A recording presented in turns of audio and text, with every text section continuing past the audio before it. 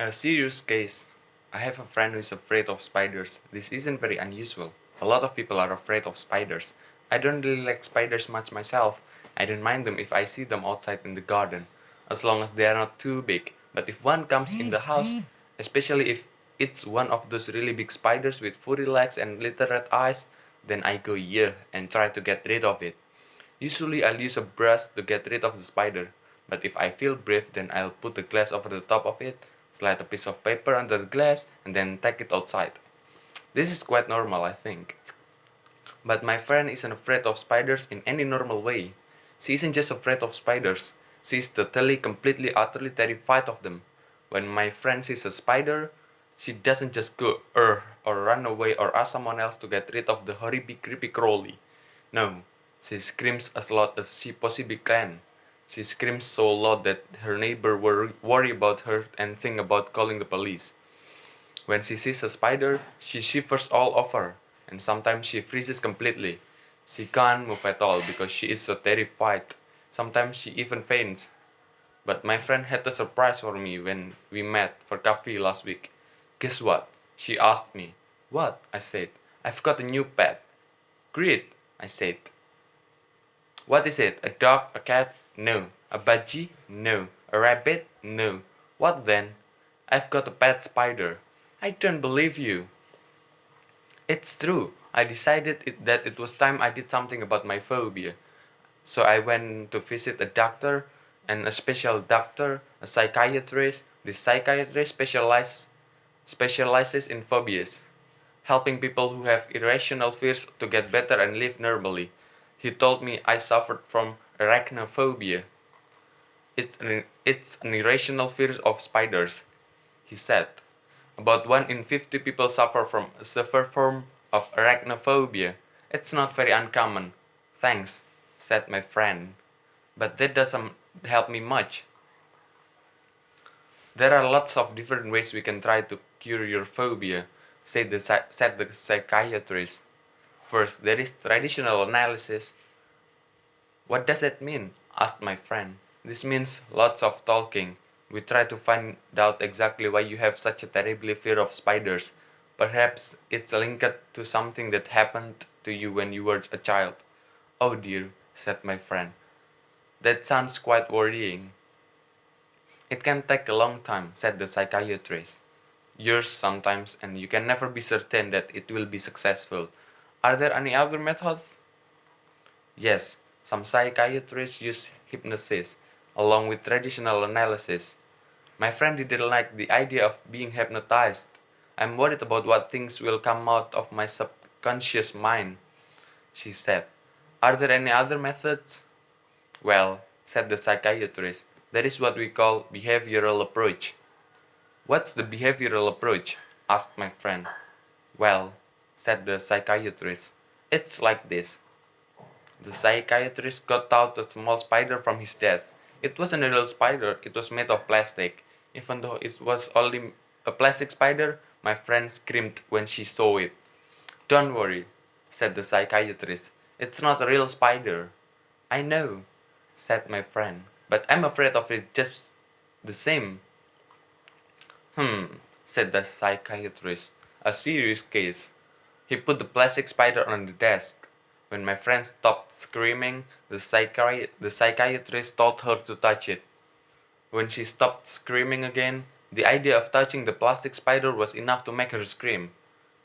She touched it, and at first she touched it for just 1 second.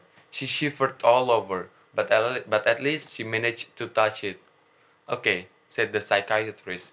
That's all for today. Thanks, you can go home now. That's it? Asked my friend. Yes, that's all?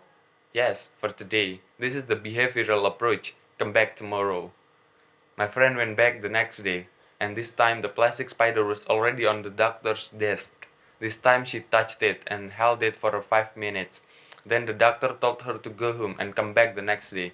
The next day she went back and the plastic spider was on her The next day she went back and the plastic spider was on her chair. She had to move the spider so she could sit down. The next day she held the spider in her hand while she sat in her chair. The next day, the doctor gave her a plastic spider and told her to take it home with her. Where do the spiders appear in your house? Asked the psychiatrist. In the bed, usually, said my friend. Put the spider in the bed, he told her. My friend was terrified of the spiders in the bed, but she managed not to scream when she saw it there. It's only a plastic spider, she told herself. The next day, the psychiatrist told her to put the spider in her living room. My friend put it on the top of television. At first, she thought the spider was watching her and she felt afraid. Then she told herself that it was only a plastic spider. The next day, the psychiatrist told her to put the spider in her bed. No way, she said. Absolutely not. Why not? Asked the psychiatrist. It's a spider, replied my friend. No, it's not, said the psychiatrist. It's a plastic spider. It's not a real one. My friend realized that her doctor was right. She put the plastic spider in her bed and she slept there all night with it in her bed. She only felt a little bit afraid. The next day she went back to the psychiatrist. This time she had a big shock sitting in the middle of the doctor's desk. There was a spider. And this time it was a real spider. My friend was about to scream and run away, but she didn't. She sat on the other side of the room as far away as possible from the spider for about 5 minutes. Then she got up and left the room. See you tomorrow, shouted the psychiatrist to her as he left. The next day she went back, and this time the psychiatrist let the spider run around his desk again. My friend stayed about 5 minutes, then left. The next day she stayed for 10 minutes, and the day after that 15. Eventually the psychiatrist held the real spider with long furry legs and little eyes, in his hand. He asked my friend to come and touch it. At first she refused, but the doctor insisted. Eventually she touched the spider just for a second. The next day she touched it for a few seconds, then for a few minutes, and after that she held the spider in her own hand. Then she took a spider home and let it around in her house. She didn't feel afraid. Well, okay, she did feel afraid, but only a tiny bit. So now I have got a pet spider, she told me again. Well done, I said. There is only one problem, she said.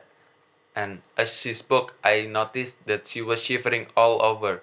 Then she screamed and climbed up on the chair. She was pointing to something on the floor. Over there, she screamed. Look, it's a beetle.